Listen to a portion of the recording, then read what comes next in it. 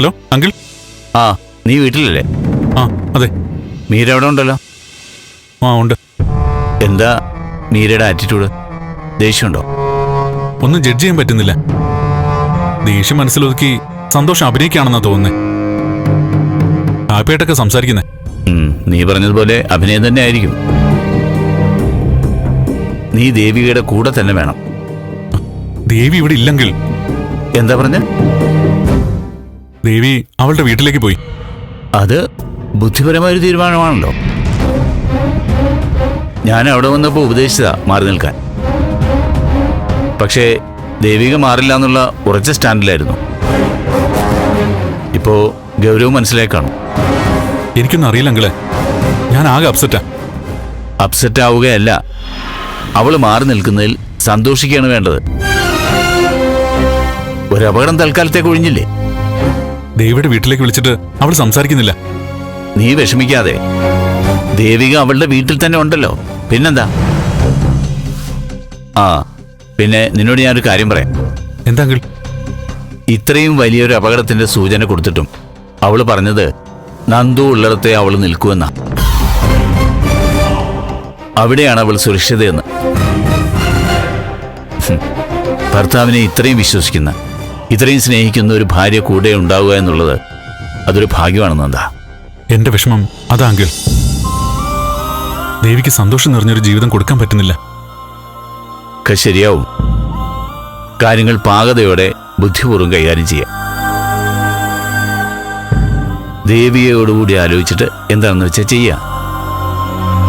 എന്റെ സഹായം എന്തെങ്കിലും വേണമെന്നുണ്ടെങ്കിൽ മടിക്കാതെ വിളിക്കാം. Okay uncle. ഓക്കെ.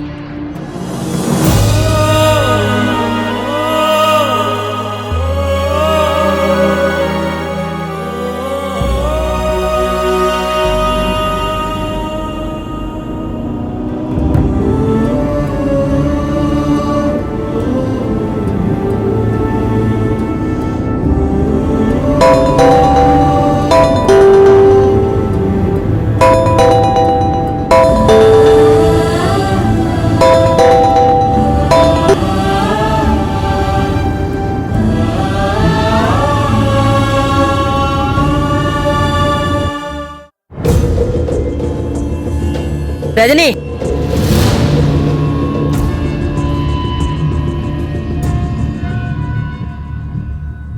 നന്ദൻ എവിടെയാ? എനിക്കറിയില്ല. അമ്മ അത് നന്ദനോട് എന്നെ വിളിച്ചു ചോദിക്ക്. ചേച്ചിയും അനിയനും കൂടി എന്തൊക്കെയോ ഒളിച്ചു വെക്കുന്നുണ്ടെന്ന് എനിക്കറിയാം. നോക്ക്, ദേവിക എവിടെയാണെങ്കിലും അവിടെ തന്നെ നിന്നോട്ടെ. ഇങ്ങോട്ട് തിരിച്ചു കൊണ്ടുവരാൻ ശ്രമിക്കരുത്. അത് കൂടുതൽ കുഴപ്പങ്ങൾ ഉണ്ടാക്കും. ദേവിക ഇങ്ങോട്ട് വരണോ വേണ്ടെന്ന് തീരുമാനിക്കേണ്ടത് നന്ദനും ദേവികയും കൂടിയാ. അവർക്ക് എന്താണോ ശരിയെന്ന് തോന്നുന്നത് അതവർ ചെയ്യട്ടെ. അവർക്ക് ശരിയെന്ന് തോന്നുന്നതല്ല, എനിക്ക് ശരിയെന്ന് തോന്നുന്നത് ചെയ്യാൻ വേണ്ടിയാ ഞാൻ ഈ ഓട്ടമൊക്കെ ഓടുന്നത്. നന്ദന്റെയും മീരയുടെയും കല്യാണം. അമ്മ ഒന്ന് ചുമ്മാതിരിക്കോ. ആന്റി,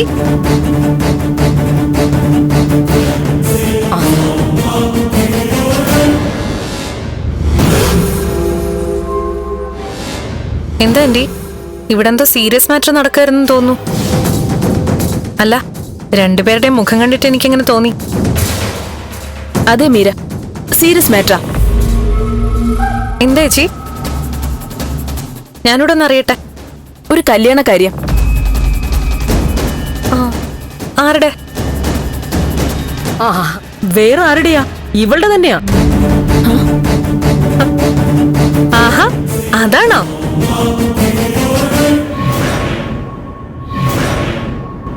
ആന്റി, ഞാനൊരു കാര്യം പറയാം. എന്താ? രജനി ചേച്ചിക്ക് ഇഷ്ടപ്പെട്ടില്ലെങ്കിലേ എന്നെ തല്ലരുത്. എന്താ കാര്യം? ആന്റി, ഞാനൊരു കിടു പയ്യനെ കണ്ടുപിടിച്ചിട്ടുണ്ട്. രജനി ചേച്ചിക്ക്.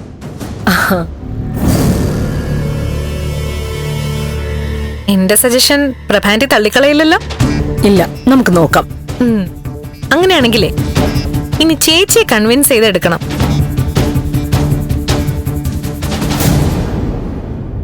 ചേച്ചിക്ക് ഡിവോഴ്സ് ആയതല്ലേ, ചെറിയ പ്രായമല്ലേ.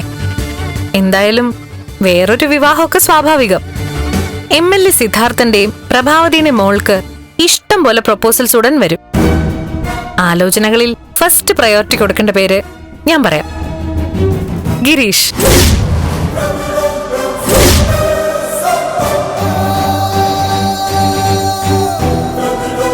ഹോസ്പിറ്റലിൽ എത്തിച്ച് എന്നെ രക്ഷിച്ച ഗിരീഷ് മാഷ്.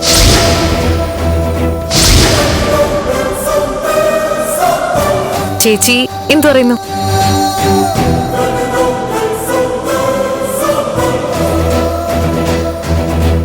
ഏയ് പോലെ അവിടെ നിക്ക്. എങ്ങോട്ടേ ഓടുന്നേ? ദേ ആന്റി, ഞാൻ മുഖസ്തുതി പറയാണെന്ന് വിചാരിക്കരുത്. ഗിരീഷ് ഒരേ പൊളിയ കിടു. രജനി ചേച്ചിക്ക് ഇതിലും നല്ലൊരു പയ്യനെ കിട്ടാൻ പ്രയാസമായിരിക്കും.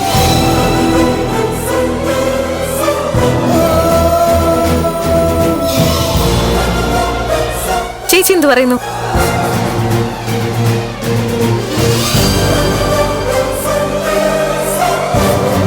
ആന്റി നിന്റെ സജഷൻ തള്ളിക്കളയില്ലെന്നല്ലേ പറഞ്ഞത്? അവിടെ തന്നെ ചോദിക്കും. ആന്റി, മോളെ, രജനി ഇപ്പോ ഒരു വിവാഹത്തിന്റെ മാനസികാവസ്ഥയിലല്ലെന്നാ പറയുന്നത്. അതുമല്ല, ആന്റിക്ക് നേരിട്ട് പരിചയമുള്ള പലരും ചോദിച്ചു വെച്ചിട്ടുണ്ട്. അതൊക്കെ വല്ല IAS-കാരോ IT-കാരോ ഒക്കെ ആയിരിക്കും. അതൊക്കെ വിട്. ഇത് സ്കൂൾ മാഷ, പക്ഷെ ഒരു 1.5 മാഷ. ഇങ്ങോട്ട് കാറി വരുമ്പോ ഞാൻ വഴി വെച്ച് ഇവരെ ഒന്ന് കൂട്ടിമുട്ടിച്ചു.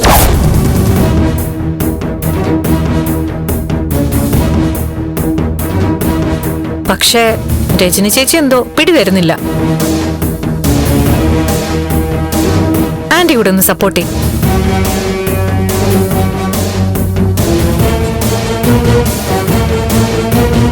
ഏയ് ചേച്ചി, രജനി ചേച്ചി. ഈ രജനി ചേച്ചി എന്താ ഇങ്ങനെ? ഇനി ചേച്ചിയുടെ മനസ്സിൽ ഈ ഗിരീഷിനോട് ചെറിയ ഇഷ്ടമൊക്കെ കാണോ? മോളെ, ഇതൊക്കെ സിദ്ധുവുമായിട്ട് ആലോചിക്കേണ്ട കാര്യങ്ങളാണ്. അല്ല ആന്റി, എനിക്ക് മോളെ, എനിക്ക് കമ്പനിക്കാര്യത്തിന് 1-2 ഫോൺ ചെയ്യാനുണ്ട്. കണ്ടോ, ആ കാര്യം പറഞ്ഞപ്പോ രണ്ട് വഴിക്കായി. ഇതിലെന്തോ കുഴപ്പമുണ്ടല്ലോ. കണ്ടുപിടിക്കാം. അല്ലെങ്കിൽ ഈ കാര്യം ഗിരീഷ് മാഷിനോട് തന്നെ പറയാം.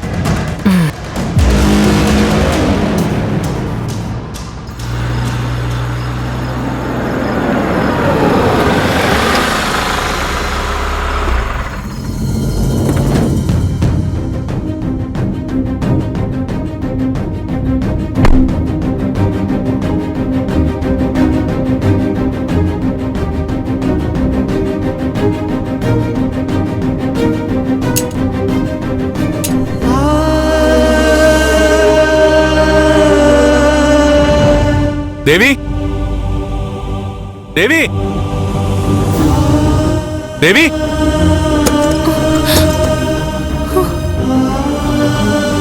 ദേവി, നിക്കടി അവിടെ. ദേവി,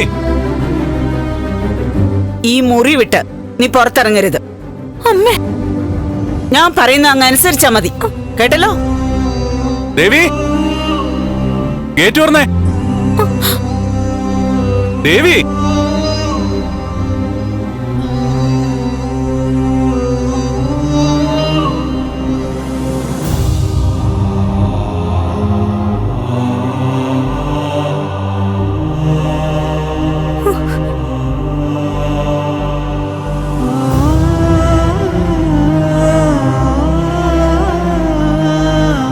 ആന്റി, ആന്റി, ആന്റി,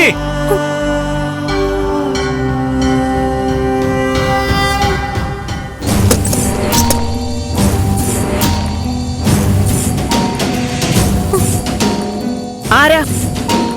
ആന്റി, ഞാൻ എന്തിനാ ഇവിടെ വന്ന് നിന്ന് ഒച്ച വയ്ക്കുന്നത്?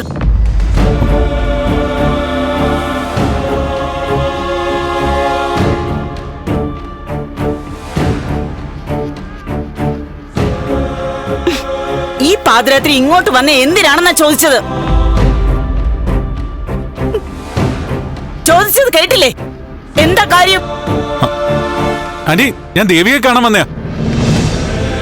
ദേവിയെ കാണാൻ വന്നതോ? എന്ത് അധികാരത്തില്?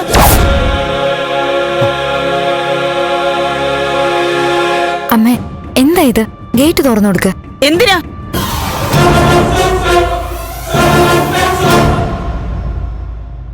എന്തിനാ വന്നതെന്ന് പറയുന്നുണ്ടോ?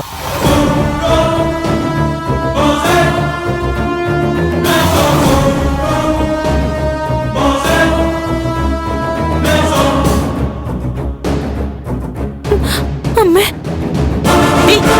നിന്നോട് ആരടി ഇങ്ങോട്ട് വരാൻ പറഞ്ഞത്? അമ്മേ, നന്ദു. രാധികെ, ഇത് മോശ.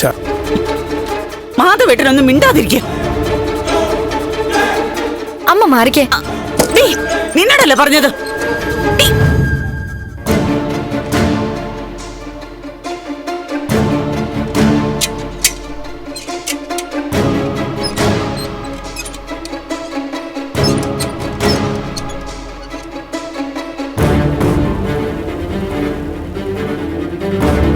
നിക്കവിടെ.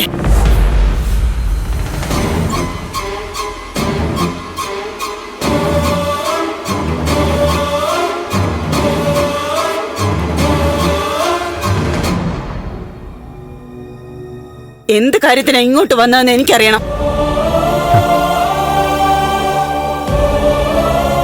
നന്ദന്റെ ആരാ ഇവിടെ ഉള്ളത്? ആന്റി, ഞാൻ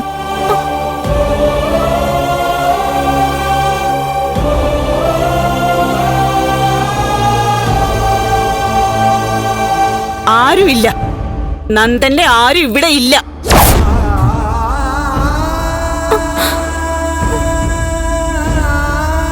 നന്ദ, മോനെ ഞങ്ങൾക്ക് വലിയ ഇഷ്ടമായിരുന്നു. പക്ഷേ ഇന്നത്തെ സംഭവത്തോടെ ഇഷ്ടമൊക്കെ ഇല്ലാതായിപ്പോയി. ചേച്ചിയോട് നന്ദേട്ടന്റെ വീട്ടുകാർ കാണിച്ചത് ശരിയാണെന്ന് തോന്നുന്നുണ്ടോ? നിങ്ങൾ എന്തൊക്കെയാ പറയുന്നേ? എനിക്ക് മനസ്സിലാവുന്നില്ല. ദേവി, നീ എന്തിനാ ഒന്നും പറയാതെ അവിടെ നിന്ന് ഇങ്ങോട്ട് പോന്നേ?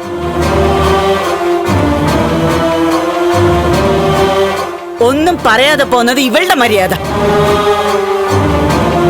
ഞാനായിരുന്നെങ്കിലേ 10 പറഞ്ഞിട്ട് അവിടുന്ന് പോരുള്ളായിരുന്നു.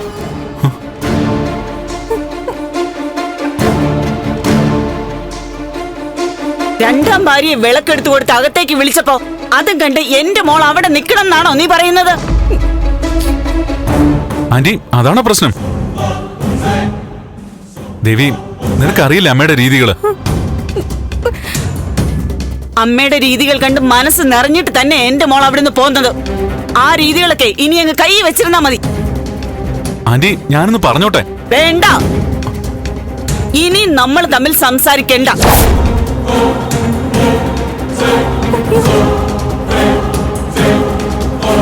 എന്റെ മോളെ ഇനിയും കഷ്ടപ്പെടുത്താൻ സമ്മതിക്കില്ല ഞാൻ. അല്ല, ഞാൻ അവിടെ കഴിയുന്നിടത്തോളം കാലം ഇവളുടെ കണ്ണീര് തോരില്ല.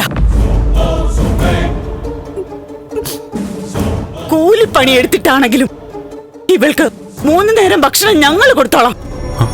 ആന്റി,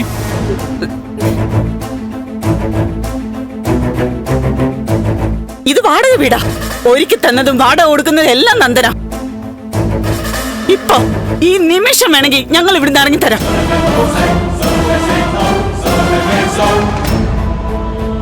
ദേവി, എന്തൊക്കെയാ പറയുന്നേ? ഞാൻ മനസ്സവാചം അറിയാത്ത കാര്യങ്ങളല്ല അവിടെ നടന്നത്. അമ്മേ, നന്ദു അല്ല, പ്രഭാന്റെ അല്ലേ ഇതൊക്കെ ചെയ്തത്? ആണോ? പ്രഭയാന്റെ ആണോ മീരയുടെ കഴുത്തിൽ താലി കെട്ടിയത്? നിലവിളക്കെടുത്തു കൊടുത്ത് ഭർത്താവിന്റെ സ്ഥാനത്ത് നിന്ന് മീരെ വീട്ടിലേക്ക് കയറ്റിയത് നിന്റെ പ്രഭയാന്റെ ആണോടി? എന്താ ആന്റി പറയുന്നേ? അവള് വിളക്ക് വാങ്ങിയപ്പോ ആ വിളക്ക് തട്ടിത്തെറിപ്പിച്ച് കളയണായിരുന്നു. അങ്ങനെയല്ലേ ഒരു ഭർത്താവ് ചെയ്യേണ്ടത്? നാണമുണ്ടോ നിനക്ക് നോക്കി നിൽക്കാൻ?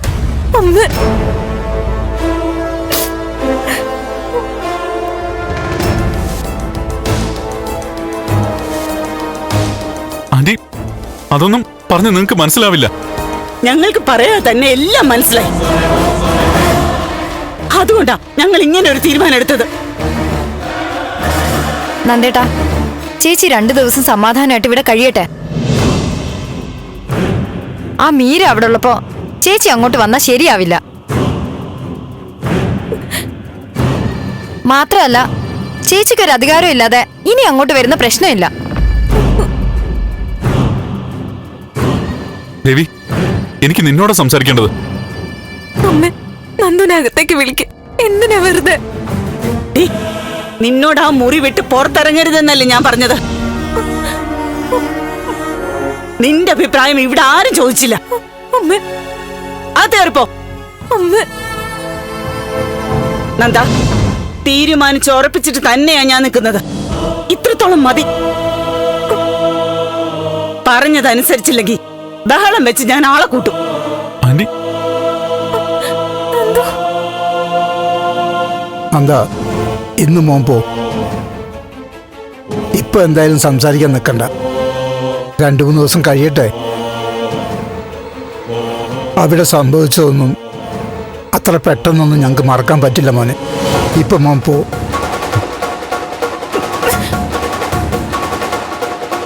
എത്ര ദിവസം കഴിഞ്ഞാലും നന്ദന്റെ കൂടെ ഇനി ഇവള് വരില്ല.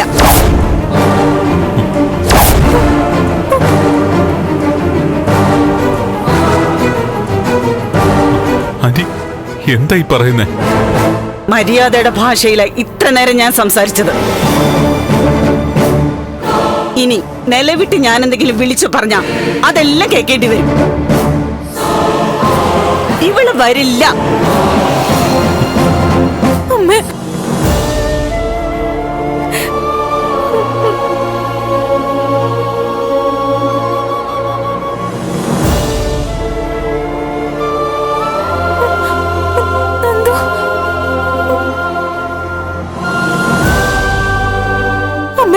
നന്ദുനെ വിളിക്കമ്മ, വിളിക്ക്. മാറി നിൽക്കണേ അങ്ങോട്ട്. നന്ദു, അമ്മ നന്ദു കുറ്റക്കാരനല്ല. എനിക്കിനി ഒന്നും കേൾക്കണ്ട. നീ ഒരു അനാഥയല്ല. ചോദിക്കാനും പറയാനും നിനക്ക് ആളുകളുണ്ട്. ഞങ്ങളുടെ വിഷമം നിനക്ക് പറഞ്ഞാൽ മനസ്സിലാവില്ല.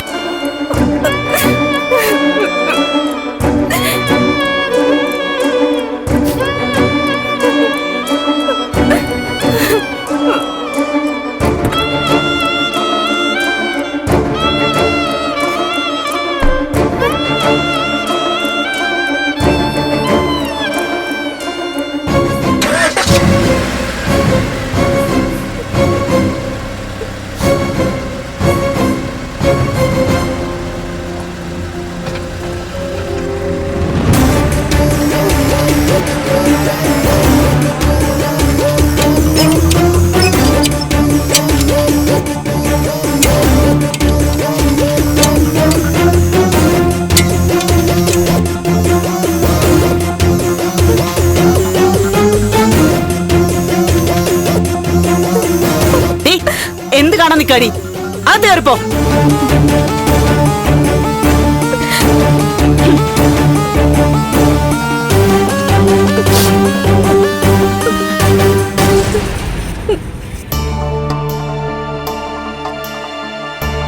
മോളെ, മോള് വാ.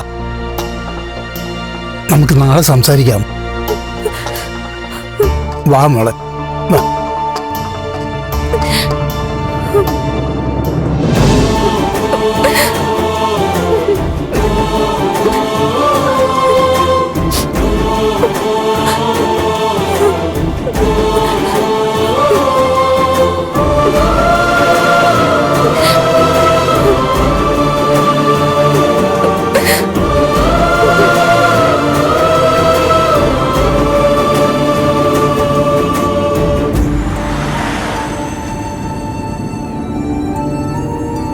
ഇനി നമ്മൾ തമ്മിൽ സംസാരിക്കേണ്ട.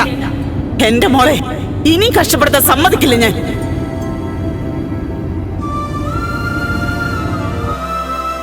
എന്തൊക്കെയാടാ ഇത്? ഒറ്റ ദിവസം കൊണ്ട് ഇവിടെ എന്തൊക്കെയാ സംഭവിക്കുന്നത്? എനിക്കറിയില്ല, ഒന്നും എനിക്കറിയില്ല.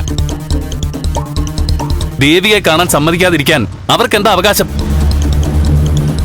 ദേവിക നിന്റെ ഭാര്യയല്ലേ? മീരയുടെ കാര്യത്തിൽ അവർക്കും ദേഷ്യമുണ്ടോ? ഉണ്ടാവും. അല്ലെങ്കിലും എന്നോട് ഇങ്ങനെ ചെയ്യോ?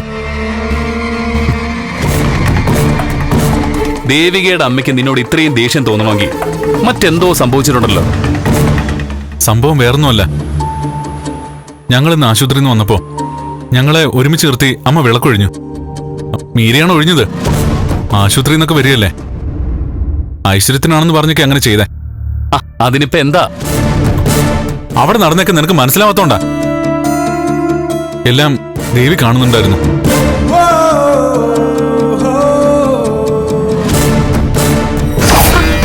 നന്ദൻ ഇങ്ങോട്ട് നീ നിക്ക്. ആന്റി ഒഴിഞ്ഞു.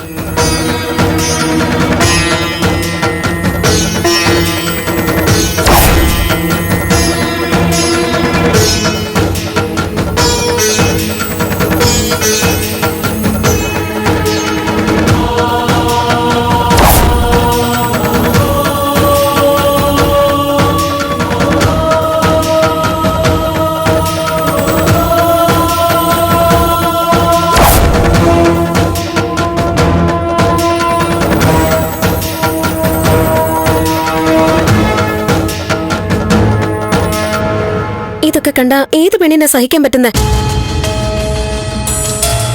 ആ രംഗം ജീവിതത്തിൽ മറക്കാനും പറ്റില്ല. ദേവി അപ്പൊ തന്നെ അവിടെ നിന്ന് ഇറങ്ങിയതാ.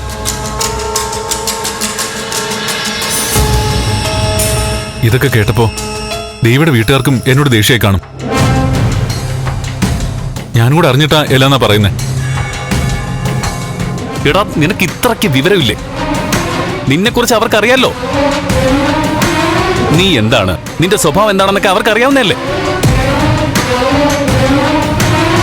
പ്രഭ ആന്റി ഏതൊക്കെ വിധത്തിൽ ഓരോ പണി ഒപ്പിക്കുമെന്നും അവർക്കറിയാം. എല്ലാം അറിഞ്ഞിട്ടും നിന്നോട് ദേവികയുടെ അമ്മ ദേഷ്യം കാണിക്കേണ്ട കാര്യം എന്താ? നീ വന്നേ, ഇപ്പൊ തന്നെ അങ്ങോട്ട് പോണം. അവരെ കണ്ട് 4 വർത്തമാനം പറയണം.